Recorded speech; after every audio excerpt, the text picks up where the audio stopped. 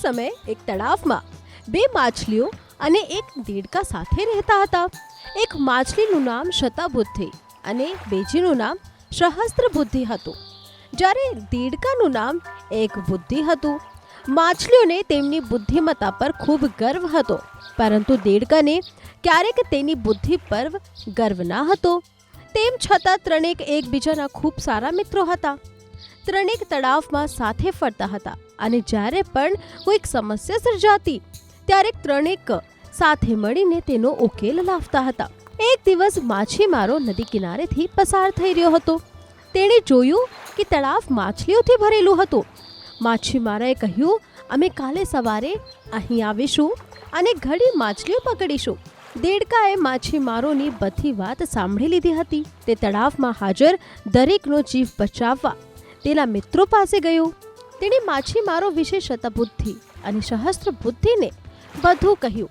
સમજદાર દેડકાએ કહ્યું, તેમણે પોતાનો જીવ બચાવવા કંઈક કરવું જોઈએ. બંને માછલીઓ કહેવા લાગી, માછીમારોના ડરથી અમે અમારા પૂર્વજોની જગ્યા છોડી શકતા નથી. તે પછી બંને કહ્યું, અમારે ડરવાની જરૂર નથી. અમારી પાસે પોતાનો બચાવ કરવા માટે પૂરતી બુદ્ધિ છે.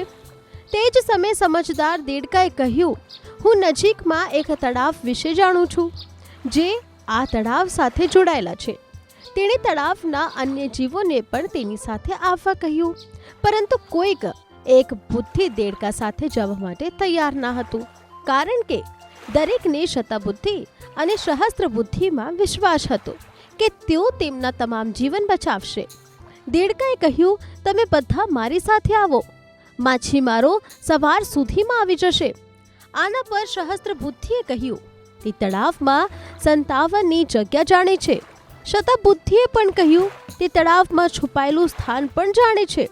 આના પર દેડકાએ કહ્યું, માછીમારોની પાસે મોટી જાળ છે અને તેમનાથી છટકી શકતા નથી. પરંતુ માછલીઓને તેમની બુદ્ધિમત્તા પર ખૂબ જ ગર્વ હતો.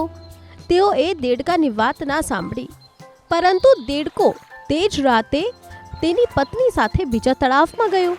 શતબુદ્ધિ અને સહસ્ત્રબુદ્ધિએ એક બુદ્ધિની મજાક ઉડાવી. હવે બીજા દિવસે સવારે માછીમારો તેમની જાળ લઈને ત્યાં પહોંચી ગયા. તેઓએ તળાવમાં જાળ નાખી. તળાવના તમામ જીવો પોતાનો જીવ બચાવવા ભાગવા લાગ્યા, પરંતુ માછીમારોની પાસે મોટી જાળ હતી, જેના કારણે કોઈક બચી શક્યું નહીં. જાળમાં ઘણી માછલીઓ પકડાઈ ગઈ.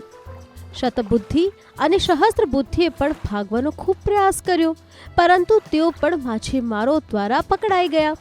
તેઓ એ તળાવમાંથી બહાર લાવવામાં આવ્યા ત્યાં સુધીમાં બંનેના મોત થઈ ચૂક્યા હતા.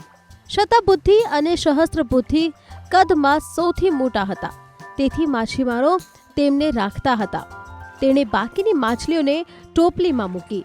તો જ્યારે તેઓ બીજા તળાવની સામે પહોંચ્યા ત્યારે એક શાળા દેડકાની નજર તે બંને પર પડી.